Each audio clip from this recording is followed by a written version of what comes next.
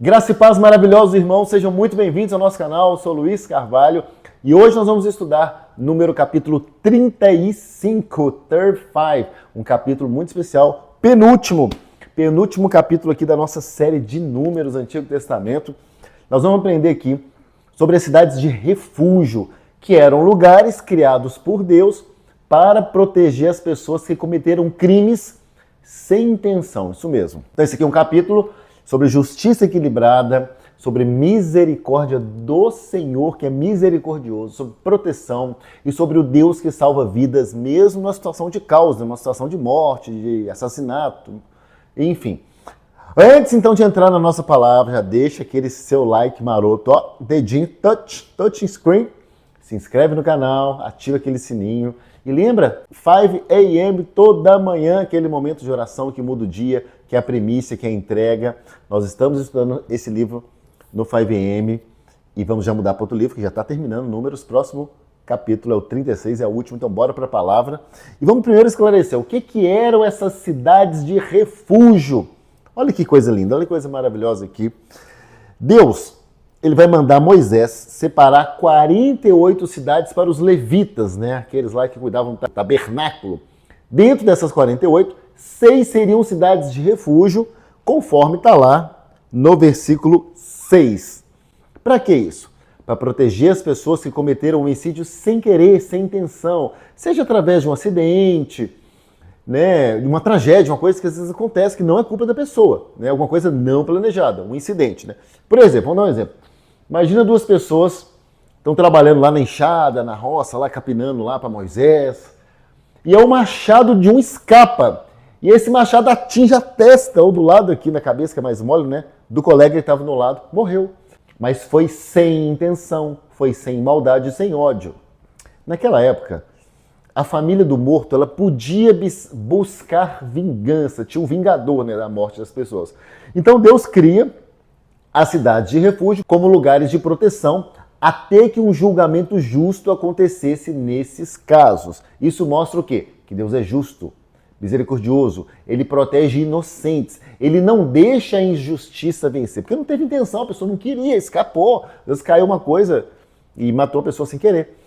E aí nos versículos 16 a 24, Deus vai mostrar isso melhor pra gente, né? Fazendo a distinção clara entre homicídio com intenção, né? Quando tem maldade, quando tem ódio, quando tem arma, pedra, briga, faca, e homicídio sem intenção, né? Aquele incidente, né, e tal, que acontece. Por quê? Porque Deus não coloca todo mundo no mesmo saco. Ele olha o quê? A gente sempre fala isso nos vídeos, né? Ele vai olhar o quê? O coração, a intenção, o motivo, né? A história daquele contexto, né? Porque ele sabe o que tem dentro do nosso coração. Ele sabe quando a gente erra tentando acertar. E ele sabe também quando alguém faz por maldade. Não tem como esconder do Todo-Poderoso que tudo sabe, que tudo vê, que tudo percebe, que sonda os nossos corações, que sabe quantos cabelos a gente tem na cabeça. Ou seja, ele tem uma justiça equilibrada, ele tem uma justiça com amor. E o refúgio, ele só funcionava, que interessante, enquanto a pessoa estava no lugar certo. Porque olha um detalhe aqui no versículo 25, vou ler para vocês. Ó. A comunidade protegerá o acusado de assassinato do vingador da vítima e o enviará de volta à cidade de refúgio, para onde tinha fugido. Minha versão é NVI. Ali permanecerá até a morte do sumo sacerdote que foi ungido com óleo santo. Ou seja, gente, o que está escrito aqui? O refúgio, ele era verdadeiro, mas ele tinha um limite. Qual que era o limite? A morte do sumo sacerdote. Se a pessoa saísse da cidade antes da hora, ela perdia aquela proteção.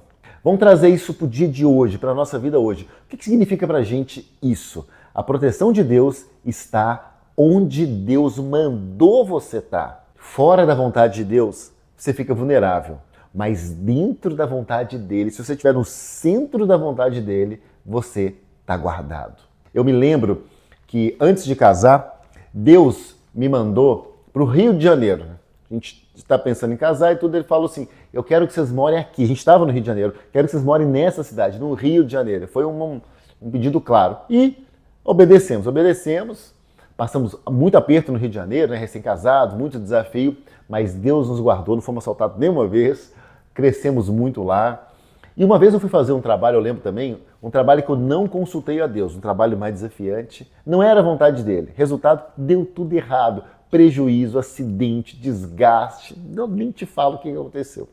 Ou seja, o que eu aprendi na prática? Obedecer à vontade de Deus nos protege. Agora, para a gente obedecer, tem que ter relacionamento, para você escutar a voz dele.